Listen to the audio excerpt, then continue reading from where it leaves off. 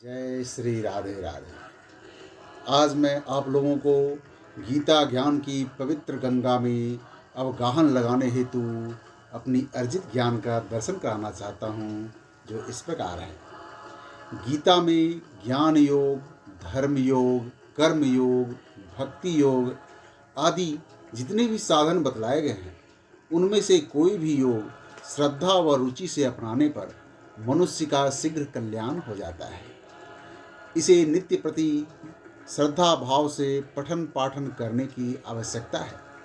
बहुत से लोग तो प्रतिदिन प्रातः जब तक इसके कुछ श्लोकों का पाठ नहीं कर लेते, तब तक न तो वे कुछ खाते पीते हैं और न ही अपने दैनिक सांसारिक कामों का प्रारंभ करते हैं।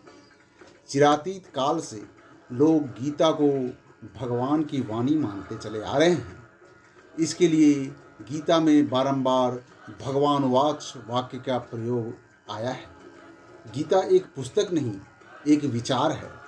धर्म के पक्ष में गाया हुआ एक गीत है, जिसे परब्रह्म परमात्मा श्री कृष्ण ने उस समय गाया है जब सद्गुण और दुर्गुण का युद्ध कुरुक्षेत्र के मैदान में हो रहा था। विद्वानों का कथन है कि विचारों का जैसा सदुपयोग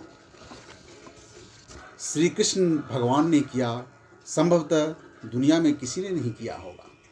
ज्ञान की पराकाष्ठा के कारण ही तो गीता को सर्वशास्त्र शिरोमणि कहा गया है। गीता शब्द के हर अक्षर को परखने की भी आवश्यकता है।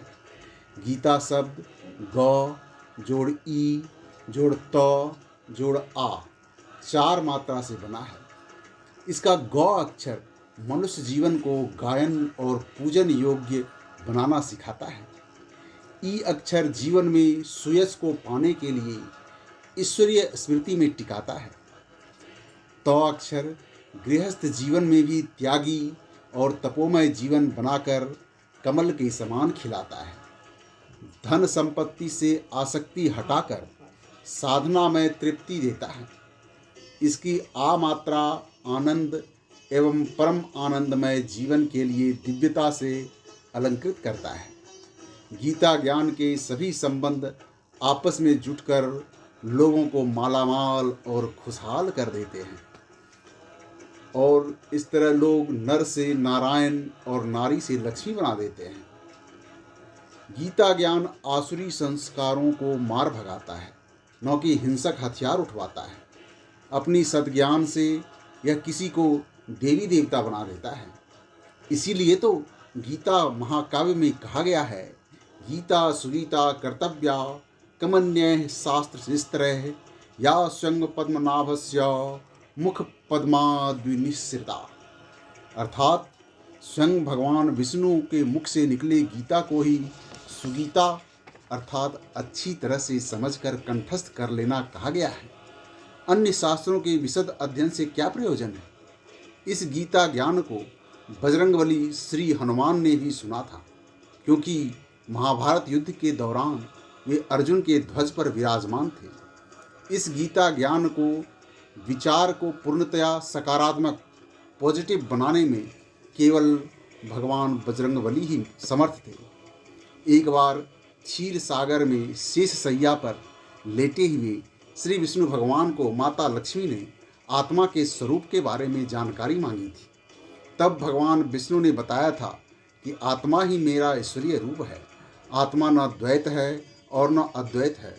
वह भाव और अभाव से मुक्त तथा आदि अंत से रहित है। शुद्ध ज्ञान के प्रकाश से उपलब्ध तथा परमानंद स्वरूप होने के कारण एकमात्र सत्यम शिवम सुंदरम वही है। आत्मा का एकत्व ही सबके द्वारा जानने के योग्य है। गीता शास्त्र में इसी का प्रतिपादन हुआ है।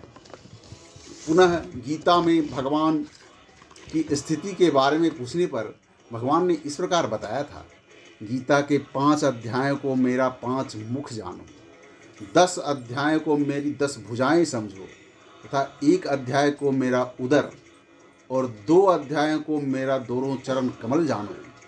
इस प्रकार गीता में 18 अध्यायों की वांग्मयी ईश्वरीय मूर्ति ही समझनी चाहिए। यह ज्ञान मात्र ही महान पातकों का नाश करने वाली है। इसलिए गीता का गहन अध्ययन आवश्यक है। इस तरह गीता का संदेश सिर्फ अर्जुन के लिए नहीं है, बल्कि समस्त मानव जाति के कल्याण के लिए है। इसके श्रवण मनन से जीवन में सुख शांति एवं समृद्धि आती है, ईश्वर के हर द्वार खुलते हैं। इति शुभम। जय श्री कृष्ण। राधे राधे। यह वीडियो मैंने अपने पिताजी के द्वारा लिखित अध्ययन को बनाया है और आशा करता हूँ आप लोग इसे पसंद करेंगे। इसलिए इस वीडियो को ज़्यादा से ज़्यादा लाइक कीजिए, शेयर कीजिए और सब्सक्राइब कीजिए। जय श्री कृष्ण। राधे राधे।